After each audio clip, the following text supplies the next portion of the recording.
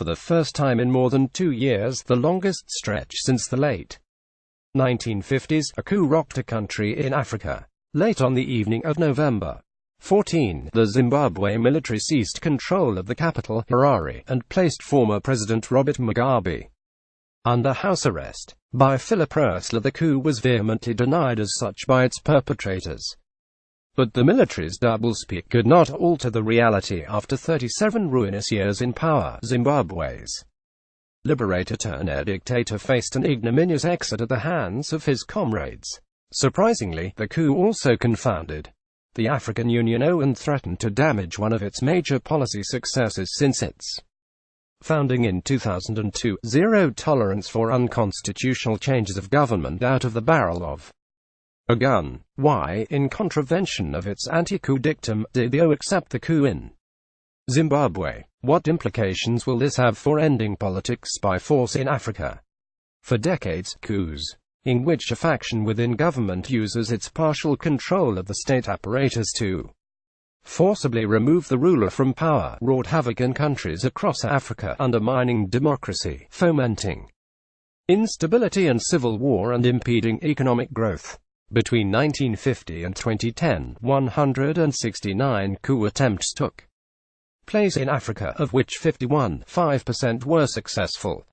For most of this period, the continent's coup epidemic was exacerbated by the Organization of African Unity (OAU's) capital city rule, whereby whoever controlled the capital, no matter how harsh, came to power, was recognized as the sovereign representative by other states. As events played out in Zimbabwe, the OAU faced a conundrum: condemn the coup and the Zimbabwe Defense Forces ZDF's de facto seizure of power, but be seen once again to be shielding Mugabe from his political reckoning, or accept the ZDF's military intervention to absolve Zimbabwe and the OAU of Mugabe's dictatorial reign, though at the risk of legitimating the use of force in politics.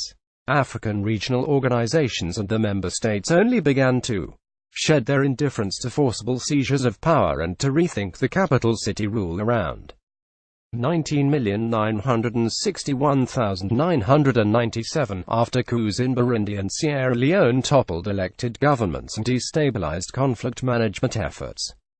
This resulted in the landmark Lomé Declaration by the OAU in 2000, in which African states collectively denounced coups as grave threats to peace and democracy on the continent. The founding of the OAU in 2002 consummated the renunciation of the capital city rule. The OAU's Constitutive Act included a provision to decertify governments that come to power through unconstitutional means. The OAU empowered its Peace and Security Council (PSC), the key enforcement organ of the regional organization, to use sanctions and suspensions to police unconstitutional changes of government. Over the last 15 years, the OAU has suspended no fewer than 11 member states when groups within violated its anti-coup rule. Moreover, the PSC has been quick to sanction such transgressions, usually acting within 24 to 48 hours of a coup. Despite these gains, there are significant loopholes in the OAU's anti-coup regime. For one, anti-incumbent forces can still use coups to unseat rulers. It is just less viable for coup perpetrators to accede the throne and gain sovereign recognition. 2. The OAU has been much weaker in holding incumbents to account for undermining constitutionalism than the rivals who try to seize power via coups. This imbalance is not due to a lack of rules, but a lack of will. The OAU, in the 2007 African Charter on Democracy, Elections and Governance, empowered the PSC to police incumbent infringements on the principles of democratic change of government. Article 23, Section 4, as it would coups. Article 23, Section 1. Yet, not once has the OAU invoked Section 4, despite innumerable incidences of incumbents transgressing principles of democratic change of government. The contradictions plaguing the OAU's regime of constitutionalism were laid bare in Zimbabwe over the last fortnight, when a power struggle within the ruling party exploded into a pitched battle for control of the executive, the ZDF responding to the dismissal of one of its key allies, then Vice President Emerson Mnangagwa, direct threats to its Commander General Constantino Chiwenga and fears of losing even more power and influence if Mugabe's wife, Grace, succeeded the 93-year-old president, launched Operation Restore Legacy to eliminate its rival faction and assume de facto power. After years of turning a blind eye to Mugabe's subversion of democracy, the O was staring at a situation in which a coup had the potential to usher in a political transition in Zimbabwe that was popularly supported domestically and in the region. Moreover, quite shrewdly, the ZDF avoided crossing the AU's red line of seizing executive power, instead deferring to formal constitutional procedures for the removal and replacement of Mugabe as president. A sounder approach would have been for the AU's PSC to condemn the de facto coup, as it would a de jure coup, and threaten to suspend Zimbabwe from the O until the military released Mugabe from house arrest, handed over power to a transitional post-Mugabe government, and returned to the barracks. In stark contrast to the PSC's immediate and forceful rejection of nearly every other coup since the O was founded. In 2002, the O tacitly supported the forcible removal of Mugabe from power, a position that the Southern African Development Community (SADC), which the O was happy to defer to in managing the crisis, also held. To justify its inaction, the O ultimately declared the ZDF intervention did not constitute a coup, after at first suggesting the opposite.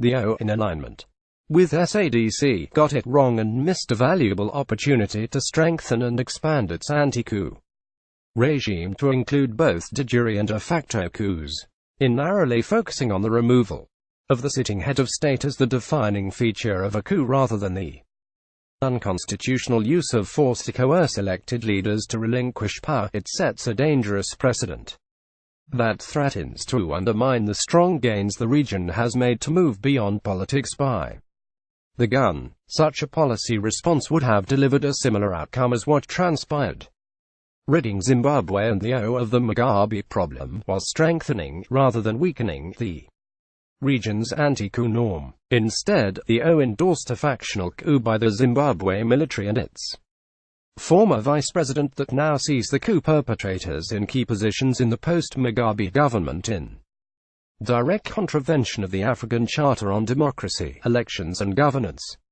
There is another important lesson for the O from the Zimbabwe case. It would not have faced the unpalatable choice of greenlighting the forcible removal of a sitting head of state if it committed to building a more balanced regime of constitutionalism, in which incumbent subversions of democracy are addressed as vigilantly as coups by anti-incumbent forces, through the violation of term limits, the emasculation of free and fair elections and the persecution of their opponents. Rulers are eviscerating the institutions that are essential to building a new political equilibrium in which the use of force is not needed to hold incumbents accountable, only by fixing the loopholes that currently plague the AU's regime of constitutionalism, rejecting de facto and de jure coups and ending the double standards that let incumbents but not the rivals off the hook for undercutting democracy. Will the region finally escape politics by force? Roessler is Associate Professor of Government at the College of William and Mary in the United States.